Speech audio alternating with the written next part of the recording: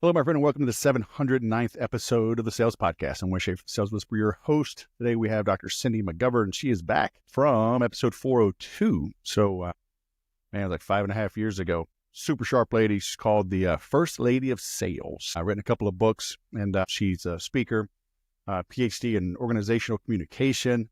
Thought she was going to be a professor. Did that for a minute. Got into sales. 17 years later, doing our own thing, speaking around the world, writing books, launching programs. We talk about what is working, what has worked in the past, what is still working, what changes you need to make today to grow and thrive in sales. You will see she is not, it's not a stereotypical salesperson. She's, energetic, honest. The interesting thing is professional salespeople are energetic and honest and insightful, blah, blah, blah, blah, blah. It's the old school, high pressure kind of tactics that have persisted, and that's what we think sales are, but it's not. It's not, but the world doesn't always know that. So it was good catching up with her. We talk about the one thing. You'll see I bring it up just like this, but I'll hide it so you don't know what it says. But what people think sales is, what salespeople are, and how to defeat that. So you are in for a treat, okay? We link out to her program and stuff, her website, her consulting. So if you need that, stick around to the end or scroll into the notes. And 4 weeks later, still coughing. If I stopped all of these, I would never get any work done. It's going to have to leave them in. That's life in the big city, right? But things are growing over here. The 12 weeks to peak. Word is getting out. Daily email signups. People are signing up. So, hit the 12weekstopeak.com. Get the free habit tracker. Join us in the free group on LinkedIn right now. You'll get access to the mobile app, the files, and it's there to help you grow. It is truly free. There's no hidden anything in there. But I do have my own inner circle. There are options if you want it one-on-one or team coaching to follow the 12 Weeks to Peak program. That's an option, but it's not required. It's not, I don't beat you over the head with it, but I'm not independently wealthy. So I still got to sell some things every now and then. So keynote talks, consulting, software, CRM sales. It's how I put food on the table, feed 7 kids, although, 5 of them are out of the house. 1 is still in college, so we help her sometimes. 2 are home, but now we're feeding grandkids and son-in-laws and daughter-in-laws and all that good stuff. So dig deep. Give till it hurts is for the kids. Now let's bring on Dr. Cindy McGovern. Dr. Cindy McGovern, after 5.5 years from episode 402, welcome back to the Sales Podcast. How the heck are you? I'm doing great. It's good to see you again, Wes. Thanks for having me back. I can't believe how much you've put me off. Good thing I'm the Sales Whisperer, and I hounded you, and I harassed you, and I begged, and I pleaded, and I cajoled, and what else? I manipulated, I cried. You ever seen a grown man cry? It ain't pretty. It got you on the show, huh? Why you make me work so hard? I guess I just like the chase. It's like one of those things. I'm used to chasing people as a salesperson. So there you go. There you go. You've been traveling, you've been speaking, right? All of the above, a lot since we've seen each other, a lot of international stuff. I had a new book come out, launched an academy, doing the thing, trying to get out there and help these salespeople grow their business, shorten their sales cycle, and have a little more fun in the process. So you got a couple books there behind you. So we first talked about every job is a sales job. That's right. But the one to the right's kind of cut off. It was Sell Yourself? Sell Yourself. So that is the one that came out about 1.5 years ago. And this one is on selling you. So really personal branding. And, before you sell anything, your product, your service, you've got to sell yourself. You got to build trust. So that's really the focus of that one, is helping people to understand that you're selling 24/7. Online, when you're asleep, your profiles, your social media. So better make sure it's on purpose and that message is out there that you want the world to know. Yeah, for sure. And you got your third coming out this year? It is coming out late this fall. And this one's on sort of the internal sales conversation, selling ourselves on the idea that we need to do something, that we can do something, overcoming some of those nasty imposter pieces, but it's actually deeper than that. It goes into a lot of research on psychology and helping you to give yourself permission to kind of step into the spotlight of your own life. It's hard, huh? I've suffered from that. I probably suffer from that the most. I mean, of all the ailments I could have, it's like who am I, right? Yeah. Who am I to Yeah. put myself out there? It's like, but you got to do it. Absolutely. Absolutely. So we were talking just before we hit record. I mean, we caught up with each other, before the world stopped, like you said. Before we get into, well, a lot has changed. What has stayed the same? What should people continue doing, like that never went away with COVID? This is one of my favorite questions because people think, post-COVID, post-pandemic, that everything is different. And yes, there are things that are different. We're doing a lot more video calls. We're doing a lot more remote. There's a hybrid world, right? But the things that don't change are people have to trust you to buy from you. You have to prospect more than you just sit on your butt, and you got to ask. So if we look at sort of the most fundamental pieces of sales, those have not changed until we are bots selling to bots. They're people before they're prospects. Let's get out there. Let's invite them to do business with us. Let's build that trust and then create advocates that are out there telling your story for you as well. How do I prospect if they're all hiding behind cell phones and caller ID and this work from home environment? I can't even direct mail them because they're not at the office anymore. That's exactly right. So that's where that online presence, and that's actually partially why I wrote the book Sell Yourself, is because we do have to sell ourselves differently. You can't just walk into an office of a prospect. And like you said, you can't even direct mail a lot of them because their mailing address goes to some massive mail room that they never receive it. So you've got to really position yourself as that subject matter expert. You've got to become the flower, not the bee. You've got to be the guy or gal that they come to for that. And so that's where you're branding yourself. And then it is the outreach, though. That outreach cannot stop. You cannot just have this lovely website or lovely whatever social media presence. It's got to be you continuing to reach out, and you got to get a little creative in that. And that's where video reach out has come in. People are using video platforms now more than ever. And funny enough, I've got a handwritten note somebody sent me the other day. I'm like, I haven't got one of those in a long time. So kind of cool. How'd they find your address? I mean, I imagine you work from home, They right? sent it to the office. No, I've got an office. They sent it to the office. Okay, good. All right. Interesting. Yeah, I mean, what's old is new, right? People are handwritten note. Yeah. I've got in my 5 weeks to peak program, right? For the salespeople, mail every day. Write a note. There you go. What? It's like it's grueling. It's longer term, but it builds up.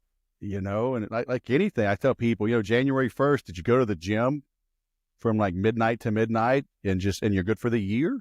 Or is that is that the day you start your 30 to 90-minute routine and then build on that for the year? But it gets boring and we're under pressure. Cindy, what the hell? You going to close that deal? Don't make me put you on a PIP. The next thing I know, I'm cold emailing, I'm spamming, I'm begging. Like, how do we keep the wolves at bay when, it feels like sales cycles have lengthened now. Is that accurate, or am I just not as good at shifting my prospecting? And so once I make the pivot to the new order, new world, then my sales cycles will shorten again. Well, what's funny though, I do think that they have lengthened, and I see that with all of our clients at Orange Leaf Consulting, like literally see that everywhere. And I think it's because not only are we competing for their business, but we're also competing for their attention. And we live in an incredibly distracted society, which is different than even 5 years ago, which is different than 10 years prior and 10 years prior to that. So when you think about it, and this is one of my favorite things to tell salespeople, I say, I want you to not take this personal when the prospect ignores you the first 12 times you reach out to them. And the way that I want you to do this experiment, go to the grocery store. Actually, don't get your groceries delivered. Go to the grocery store and stand in line. And I want you to see what everybody does in line. No one is talking to anybody. Nobody's even looking around. Everyone is completely distracted. So I tell all the sales folks that I coach, I'm like, that's what you're competing against. You're competing against the lure of social media, the lure of that article, the lure of that text message. And that's at the grocery store. That's when there's nothing else to do. Then you put them in their office environment when they actually have emails to answer, meetings to go to, clients to deal with, colleagues to deal with. That's what you're trying to tap them on the shoulder and get their attention from. So don't take it personal. You got to really have that routine, that sales cardio built into your day. Yeah, you've got to build it. I've told this story for years, and my wife was having surgery, golly, 12 years ago. And I was just sitting in the lobby, like waiting, for hours, right? And a call came in, and I'm like, well, might as well answer it. It'll distract me. And it was like a no caller ID kind of thing. And it was from this kind of self-defense place, shooting place that I liked. And I bought some of their stuff, and they were having this big promo, and it was literally the last day. But because we had been kind of caught up with surgery prep and whatever, I just wasn't paying attention. So these were people I wanted to hear from, but I was busy. Life gets in the way. And so, and I bought, right there, boom, press one, whatever, and I bought their stuff. Yesterday, now my mother-in-law is going through some stuff, some health issues, and Sorry to hear that. we are out of sorts. My wife's over there and nonstop. And so again, I'm over there last night, and we're just hanging out and just all trying to be together. I'm scrolling my phone, catching up on emails, and there's an email from a guy I wanted to hear from, and I missed like 2 previous emails. And I'm like, hey man, perfect example. Sorry I missed you. Yes, let's do this. Thanks for being persistent. Yeah. So persistence wins. Persistence wins. But I mean, how much of that should be automated? How much of it should be personalized? That's a good question. And I always sort of look at that as the definition between sales and marketing, right? Like marketing gets you the at-bat. Sales is where you build a relationship, in my opinion. But I think one of the things is we are so conditioned to automatic outreach right now. We are so conditioned to the bot outreach that I think that's why, even when it's somebody we want to hear from, we dismiss it. Because if there's not something that absolutely grabs your attention in that subject line, if there's not something that absolutely stops you dead in your tracks, so you think about watching that video or reading that email or looking at that text, you scroll right past it. So in my opinion, I don't think anything is going to replace the personal outreach, but you can automate some of that. Like if you do a bunch of videos, right? So let's say that I think I'm going to have to reach out to Wes 6 times. I'm going to personalize 6 videos and schedule them maybe to go out to you. You can still use technology, but it's still going to be me with Wes's name on my phone, me pointing at that going, hey, Wes. So it's personal. That it's not some generic something I sent out to everybody. Yeah. And it's been years. I haven't gotten one of these in a while, but it was years ago. They would mail a video with a GIF, and like they're holding up like a whiteboard, and it'd have your name. Yep. Like that was cutting edge 10, 12 years ago. I did that.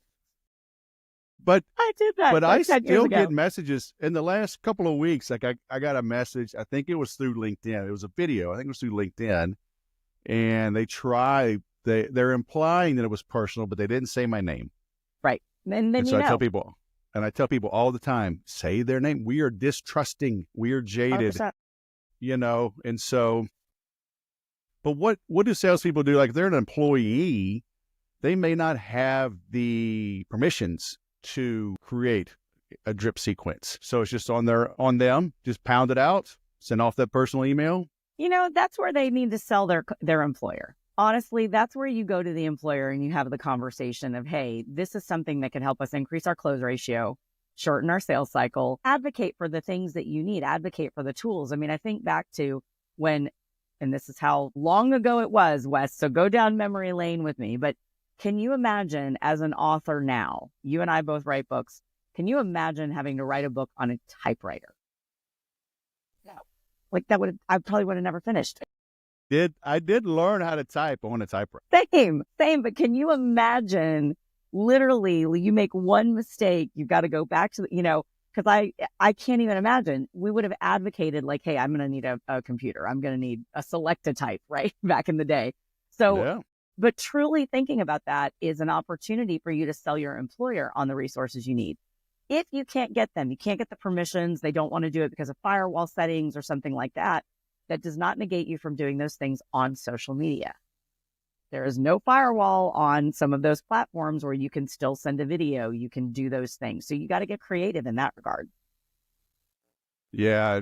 also in the 12 weeks to peak, I have them write every day, and it's like clarifies your thinking, and then they, I can't write for my company. But you can make an article on LinkedIn. That's right. Yeah. You can make a Twitter thread, worst case, write your own stuff and just save it. And it's FAQs, deeper insight that you can copy and paste and send over. Because I always tell people, it's like we prove our competency by the questions that we ask, and if we already have the answer, if we know enough to ask a deep question and we already have answered that question and can send that over as a resource, they're like, who is this magician? But people don't want to write. Most people, right? They hate speaking, they hate writing, but it's like, well, then get out of sales. Oh, but I love people. If you love people, go to HR, right? Sales, you got to wear a lot of hats. I was coaching a salesperson yesterday, and we were talking about emails that he had sent to a prospective client, and we were tweaking the language. And he said, well, I don't want semantics help. And I said, then you don't want sales help, because you're literally selling yourself in every single one of these emails. And it's semantics. It's the word choice that you're using. If you sound generic, it comes across as generic. You got to differentiate yourself in every touch point you send out there. So I love that you make them right. I think that's a great idea. Yeah. So what is organizational communication? That's your PhD, right? Yes. What does that mean? How did you find that? Well, so it's morphed, but when I did my PhD 25 years ago, which is hard to say, you were like a child prodigy. You were yes, clearly, seven? Yes, yeah. 7. Okay. Let's go with that. Let's stay with that, Wes. I appreciate that. Yeah, we had talked about this. My major professor and I talked about this, and there wasn't really a track for it yet. So we called it organizational communication. Now it would be probably org development or something like that. But it's a third psychology, a third communication, and a third business. So I diagnose people who work within an organizational structure to help them be more effective through their communication. And my dissertation was on nonverbal communication and how that creates rule systems. I know, wacky. What am I thinking? I'm a dork. What was your goal? Like, did you want to work at like a big Fortune 500 company and like help them streamline things? Did you want to go out on your own? Like, what was your path, or your vision back then? My vision back then was I thought I was going to teach. I wanted to be a college professor. I wanted to continue the research. I wanted to help that next generation. And fast forward, I did that for about 5 years and realized I preferred adults to 18 to 24-year-old crowd. And I realized that because I started consulting in the summers, which a lot of professors do. And I was like, oh, wait a second, this is fun. And so I went into consulting full time.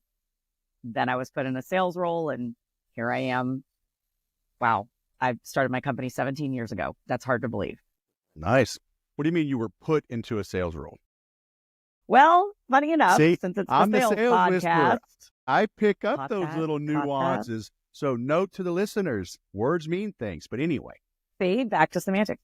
So I never wanted to be in sales, and now I'm known as the first lady of sales, which is always funny for people.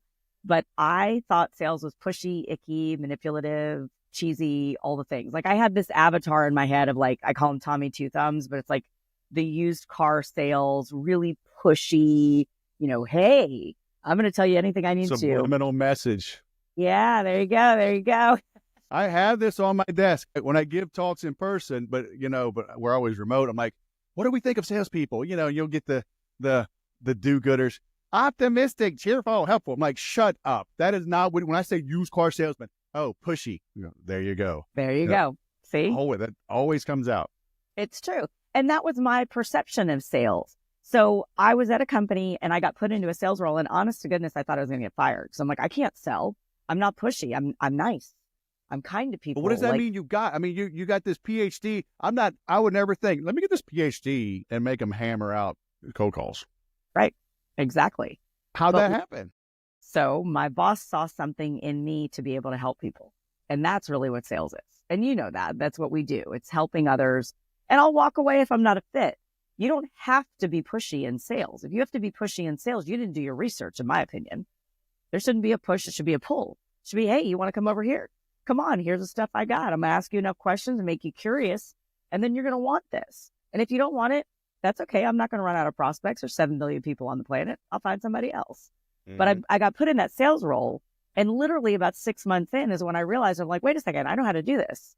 I just didn't call it sales. I called it convincing, persuading. And so that was actually what brought me to write my first book, because I do have this PhD and I was never taught sales skills. And it's kind of crazy to think about. I have all these degrees in communication, but I wasn't taught sales. We don't teach that as a life skill. And it is. It's totally. Everything is sales. I agree. You know, people say sales is the second oldest profession. I go, it's the first profession.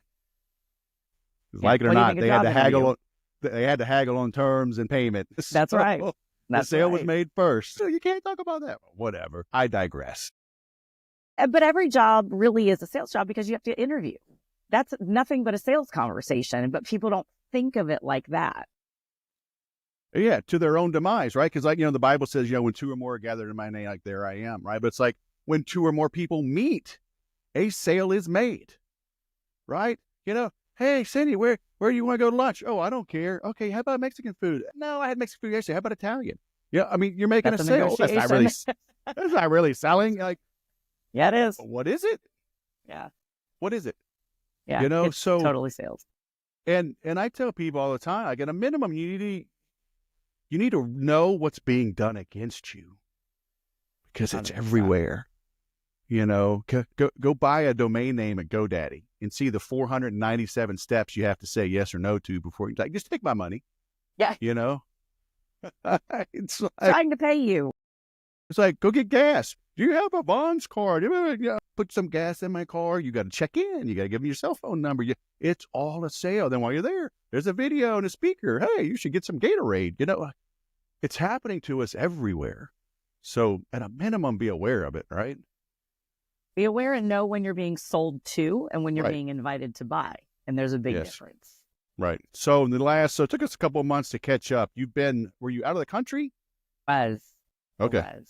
Yeah. Just speaking, like a big conference? Yeah, speaking. And then I did a little travel at the tail end. I was gone the whole month of November at the end of last year. And unfortunately, it kind of coincided with holiday stuff. So then it was just catch up end of year things. But I'm so glad we were able to finally reconnect. This is so fun. And just I know, hearing what's going on in your world. 5.5 years. So what's the goal moving forward? You got a new book coming out. Are you doubling down more of the same? Or are you branching out? You trying new things? Are you doing cold email? Are you back to direct mail? Do webinars work? Like, what's working today? So a couple of different things. So I started an online academy a few years ago, Orange Leaf Academy, and it's for salespeople and what I would call non-salespeople, but we know everybody's a salesperson. But the folks that really wouldn't consider themselves in sales, there's classes for them too, to help them sell themselves better. There's personal branding. For salespeople, we've got classes to shorten the sales cycle, all of the above. We've got some that are industry specific as well. And so that's been a big piece. So we're doing a lot more email marketing to get the word out as we launch those courses. And we're doing some ClickFunnels and things like that, which has been really fun to learn because that's not my world. And I've got an amazing team at Orange Leaf that magically makes all those things happen. Shout out to y'all. And a lot of it is speaking gigs though. So that's a lot of the travel. I've got some international travel coming up next month as well.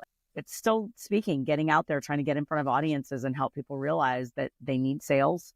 They're doing it all day. It's coming at them all day, like you said, and help them do it more effectively, see it so that they can respond to it better, but really helping those salespeople to realize everybody in your organization is in sales. So if you're a sales rep, you got an account manager over here, if you got operations trying to deliver, there's an inside sales conversation to make sure those people are on the same page, getting everybody rowing in the same direction. So that's a lot of the stuff I've been doing is not just to the sales rep audience, but to the service side of the house as well. Yeah. So when you talk about learning that stuff, like a ClickFunnels, how much are you really trying to learn it? Because I always tell folks because that's been my space, right? Since like 2008, I got into Infusionsoft and HubSpot, Entreport, all these tools. And I tell most owners, it's like, it's not in your best interest to master this stuff, but you do need to be conversant or you'll get the wool pulled over your eyes, right? You got to know enough to ask the questions. You got to know enough, like, it's not passing the sniff test. So like how hands-on are you trying to be? Well, so that's the team. So that's my folks. I have an incredible team here at Orange Leaf that they are the specialists. I know my swim lane, Wes. I'm the dancing chicken. I got to get out there and bring in the business. Then they do the hard stuff. So they're incredible. Yeah, good. And have you kind of gotten to a level in your speaking? I mean, do the invitations come to you, or are you still having to do outreach? I have been very fortunate for the last few years that I do get a lot, a fair amount of requests. I'd say more than not, but I still do a whole lot of outreach. I am not afraid to ask. I am always looking for another audience. I mean, just like you, we want to go help people. So the more audiences, the more people I can get in front of, the more I can evangelize the message and get it out there. So I am always looking. We do a fair amount of, my publicist for my books also does a fair amount of outreach on my behalf to get speaking gigs too. So if you give 10 talks, or maybe looking back on your last 10, are they pretty much identical, or how much variance is there? Or do you have like 3 or 4 and it just depends on what they want you to cover? Like you may give 3, 3, and 4, out of the last 10. I never give the same speech twice. So mine are always customized for the audience. I do this is the PhD nerd in me. I can't help it, but this is where I do a deep dive. I spoke for a shipping container company, and I interviewed some of their managers and their salespeople just so I could get the lingo, so I could get some of that information. I mean, we're in sales, right? So I've got to sell them this idea that I understand their world and establish my credibility with them, so they want to hear what I've got to talk about. I wanted to make sure I knew how things worked so that I could speak to that language and help them see how sales was going to help them as a larger organization, not just for the, umpteen salespeople they had. So if everyone is unique, I mean, is there still a core? Do you have you have your principles, right? The main, the big breakthroughs, I've got a selling equals dating pipeline that I always cover, right? Stages and tie it to dating. Okay, I get it. So, even though you're using their vernacular, are you overlaying it like on a core set? Yeah. Yeah, it's usually my 5-step sales process to plan, look for the opportunities, establish the trust, and listen, ask for the sale, and then follow up. So there's usually something around that process, but it also depends on the group. I spoke to a keynote group in Idaho, and it was really more about them getting fans speaking for them. So that, you could still say there's the 5 steps, but it was slightly different in terms of that approach. But it's really kind of my favorite fun thing is to create those speeches for those audiences, because I get to learn about them. And then it really does kind of hit home a little bit more, I find, so that they come up and they're like, oh my gosh, I felt like you were talking to me because you knew this. And that's like the best feeling in the world. Yeah. Yeah, and I get lined up. I know, that's cool. That's the best thing. That's the best feeling. I've got one on Thursday, and I'm like, yes.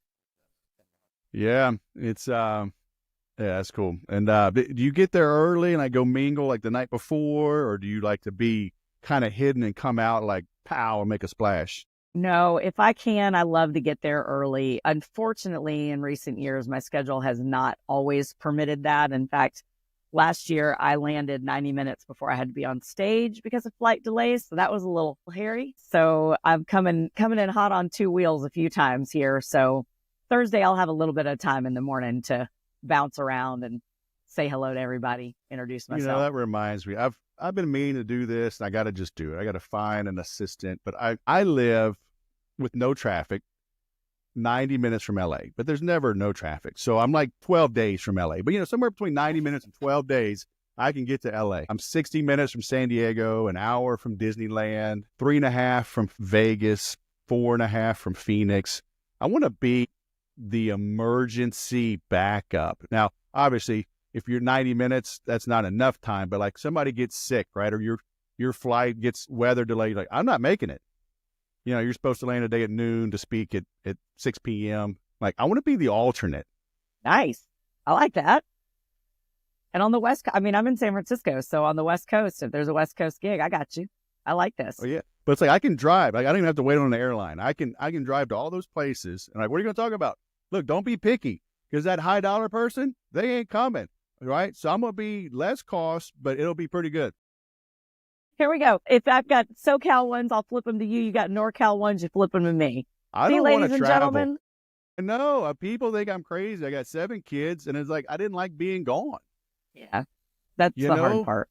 And I'm a big guy. I don't like you gonna give me business or first? Oh, no, okay, then I don't want to. I got flew to Jacksonville and golly, North Carolina, and I don't know. The 3-hour time change, 2 hours, I'm okay. 3 hours, it wrecks me. I'm like, I'm tired. I jet lag. I don't know. Yeah. Tomorrow So, morning, I'm up Southwest. at 4:30 to get a flight to go to the East Yeah. Coast. So yeah, that's the tough one. And then when you're back the next day, that's the part that messes you up, you know? I'm gonna buy a URL. I'm gonna do some research. Your emergencykeynote-speaker.com. I like it. What do you think? Call the GoDaddy folks. Click, click, click. No, I have to go. I have to go eat. It's been 6 years. I've been trying to just exit and give you my money. Just let me buy the URL. Speaking of URLs, where do you want people to go?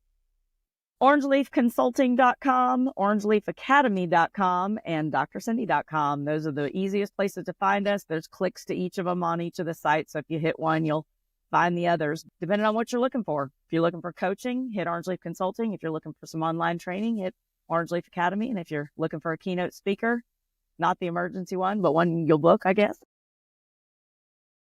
Hey, I'll be a non-emergency one, but like this needs to be on the West Coast or Mountain, or I'll go to Texas. I gotta go back and see family. I'll go to Baton Rouge. There you go. So I'll go middle of the that far. country, Yeah, west of the so Mississippi. Yeah, You know, it was something when I was trying to name my organization, I wanted it to represent change, but not scary change. And, you know, as I polled people and I talked to folks, everybody seemed to love fall. It was this wonderful time of year. And I said, well, that's major change. A tree literally loses all its leaves and starts over. Orange Leaf was born. I wanted it to represent Nice. a positive change. well, and easy to say. I mean, I've kind of regretted like the sales whisperer. I'm using Fixer Wes now, the business fixer, and because people can spell Fixer Wes.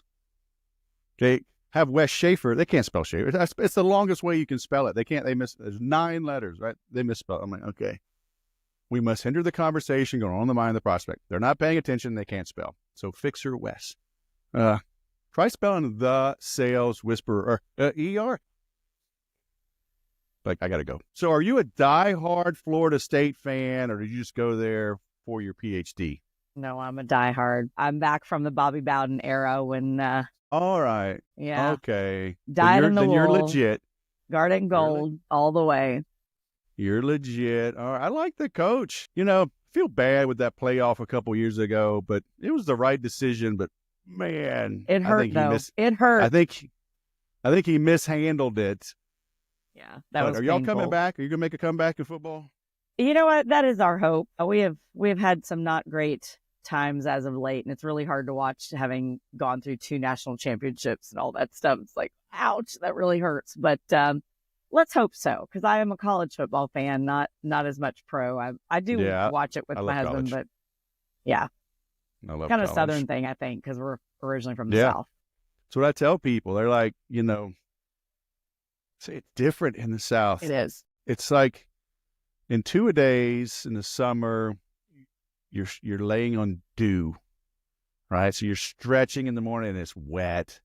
And then there's fire ants and there's mosquitoes and there's horse flies, you know, and then it's hot. Yeah.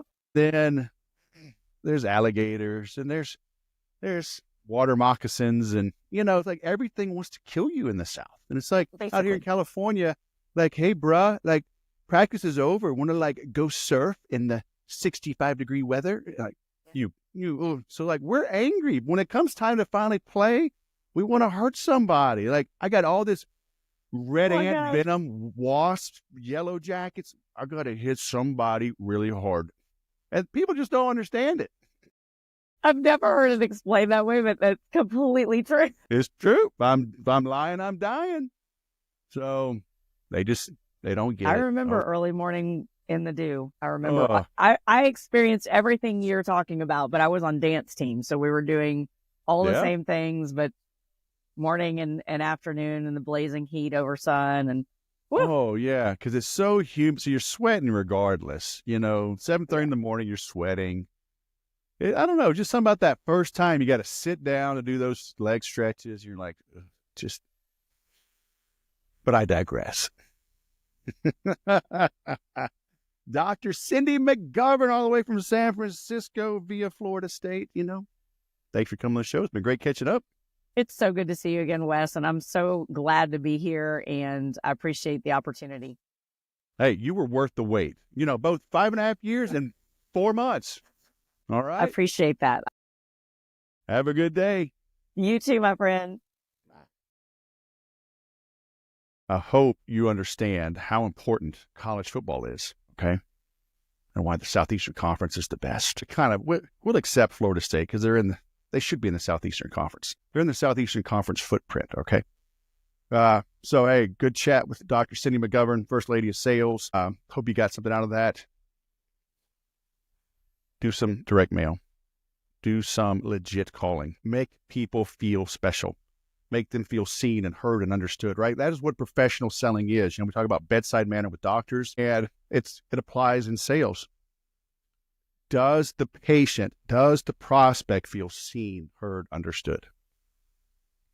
Okay, people they don't change their mind. They make new decisions based on new insight, new information, new revelations. How do you get them to open up, to be open to receiving new ideas, new revelations, new information?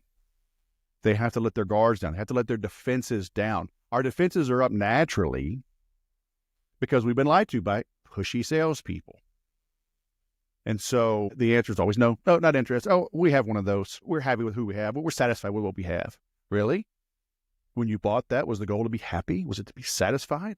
Did you want to be ecstatic? Did you want to be thrilled?